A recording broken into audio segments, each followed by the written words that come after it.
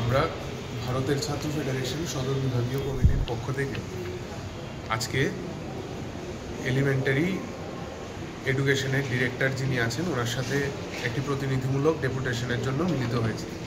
মূলত বিষয় হচ্ছে আমরা সংবাদ মাধ্যমের দ্বারা জানতে পেরেছি যে গতকালকে একটি ক্লাস 2তে পড়ুয়া ছাত্রী ক্ষুদিরাম বসু স্কুলের মধ্যে সে স্কুলে একটা প্রোগ্রাম চলছিল, সেই প্রোগ্রাম চলাকালীন সে সানস্ট্রোক করেছে এবং সানস্ট্রোক করার কারণে তাকে তৎক্ষণাৎই হাসপাতাল নিয়ে যেতে হয়েছে এবং পরবর্তীতে সেই ছাত্রী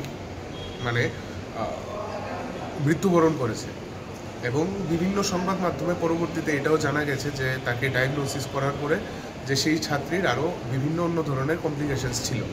কিন্তু আমরা ডেপুটেশন দিয়েছি যে সেই ছাত্রীটার যখন অসুস্থতা বোধ করছিল সেই ছাত্রী, তখন সে স্কুলের শিক্ষক শিক্ষিকা মহোদয়দেরকে জানিয়েছিল যে সে অসুস্থ বোধ করছিল, কিন্তু সেরকম ধরনের কোনো অ্যাকশন সেভাবে নেওয়া হয়নি, যার কারণে সেই বাচ্চাটা হয়তো সানস্ট্রোক করে ফেলেছে। আমরা ডিরেক্টর সাহেবের কাছে ডেপুটেশন দিয়ে সেরে আমরা এটাই আবেদন জানিয়েছি যে স্কুলের শিক্ষক শিক্ষিকারা যারা আছেন ওনারা যাতে আরেকটু সহৃদয় হন, শিশুদের প্রতি যাতে তাদের খেয়ালটা, তাদের কেয়ারটা যাতে আরেকটু বেশি হয় এবং এরকম ধরনের ঘটনা যাতে পুনরাবৃত্তি না হয়, তার জন্য আমরা মনে করি যে শুধুমাত্র স্কুল কর্তৃপক্ষ না, এটা এডুকেশন ডিরেক্টর এবং শিক্ষামন্ত্রী সহ গোটা সমগ্র যেই ডিপার্টমেন্ট আছে প্রত্যেকেরই এই জিনিসগুলো খতিয়ে দেখা দরকার।